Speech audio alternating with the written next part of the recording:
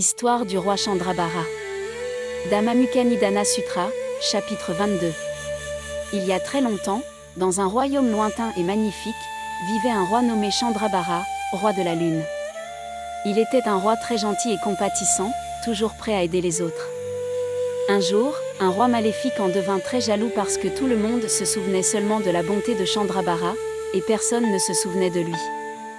Alors il offrit une récompense. Quiconque me rapportera la tête de Chandrabhara, je lui donnerai la moitié de mon royaume et je marierai ma princesse avec lui. En conséquence, un sorcier maléfique nommé Laodusha releva le défi. Ce sorcier voyagea jusqu'au pays de Chandrabhara, avec l'intention de prendre sa tête. Mais savez-vous quoi? Chandrabhara n'avait pas peur du tout. Il pensa: j'ai déjà aidé beaucoup de gens dans cette vie. Si je peux accomplir un dernier acte de générosité avec ma propre tête, ne serait-ce pas merveilleux? Alors Chandrabhara dit au sorcier: attends 7 jours, et je te donnerai certainement ma tête. En entendant cela, les ministres, la reine, le prince et tous les citoyens pleurèrent. Ils dirent: que ferons-nous sans toi? Tu es le meilleur roi, s'il te plaît, ne meurs pas. Mais Chandrabhara réconforta tout le monde en disant: tout le monde quittera ce monde un jour. Plutôt que de laisser mon corps pourrir inutilement, pourquoi ne pas l'utiliser pour faire quelque chose de vraiment significatif? Il dit aussi: j'espère que par cet acte de générosité, je pourrai devenir un Bouddha à l'avenir et aider davantage de personnes à quitter la souffrance et à atteindre le bonheur pour toujours. Le 7e jour, Chandrabhara amena vraiment le sorcier dans le jardin. Il attacha ses cheveux à un arbre, s'agenouilla et dit: tu peux me décapiter, mais laisse-moi d'abord attraper ma propre tête, puis donne-la toi. Juste au moment où le sorcier allait frapper, l'esprit d'un grand arbre ne put supporter de regarder et attrapa la main du sorcier, disant: tu ne peux pas tuer une personne si bonne. Mais Chandrabhara répondit: j'ai déjà donné ma tête 999 fois. C'est la 1000e fois. Je veux réaliser mon vœu, s'il te plaît, ne m'empêche pas. Après avoir entendu cela, l'esprit de l'arbre n'eut d'autre choix que de lâcher prise. Le sorcier finit par couper la tête de Chandrabhara. À ce moment-là, le ciel et la terre tremblèrent, et les divinités dans le ciel furent stupéfaites. Plus tard, elles apprirent que Chandrabhara avait accompli le plus grand acte de générosité, et tout le monde fut ému aux larmes, disant: Chandrabhara est vraiment un bodhisattva. Le sorcier maléfique, après avoir pris la tête, trouva qu'elle sentait mauvais, alors il la jeta par terre, marcha dessus et partit. Sur son chemin, personne ne voulut lui parler ou lui offrir de la nourriture. Il était presque affamé lorsqu'il apprit que le roi qui l'avait incité à commettre son crime était également mort. Cela le mit tellement en colère qu'il vomit du sang et mourut aussi. Après leur mort, le roi et le sorcier maléfique tombèrent tous les deux en enfer, tandis que ceux qui aimaient Chandrabhara, parce qu'ils le regrettaient tellement qu'ils moururent de chagrin, montèrent au ciel. Le Bouddha nous dit: le Bouddha a dit que Chandrabhara était en fait lui-même dans une vie antérieure, et son ministre était le vénérable Sariputra.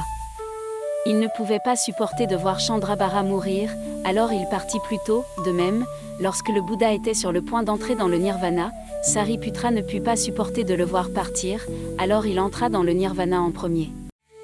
Réflexion. C'est une histoire sur l'abnégation, le courage, la compassion et l'amour.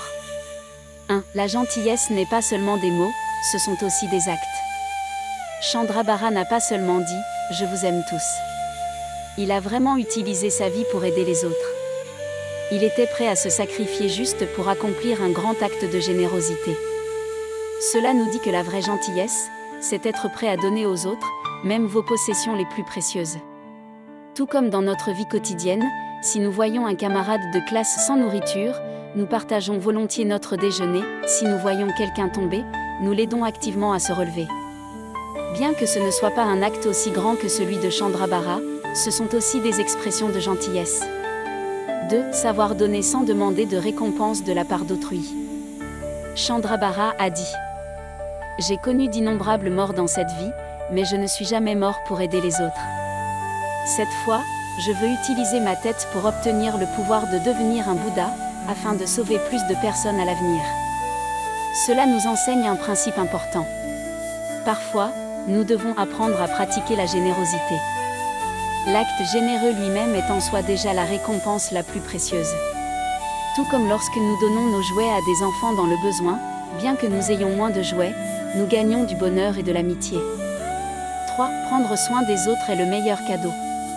Après la mort de Chandrabhara, beaucoup de gens le regrettaient et l'appréciaient tellement qu'ils moururent de chagrin. En conséquence, ils montèrent tous au ciel. Pourquoi ? Parce que si une personne passe sa vie à aimer et à aider les autres, même après sa mort, son amour reste dans le cœur des gens. Cela nous rappelle qu'il faut être une bonne personne que les gens regretteront, pas une mauvaise personne que les gens craindront. 4. Le karma est inévitable, les mauvaises personnes recevront finalement de mauvaises conséquences. Le sorcier Laodusha et le roi maléfique finirent tous les deux en enfer parce qu'ils avaient fait de mauvaises choses.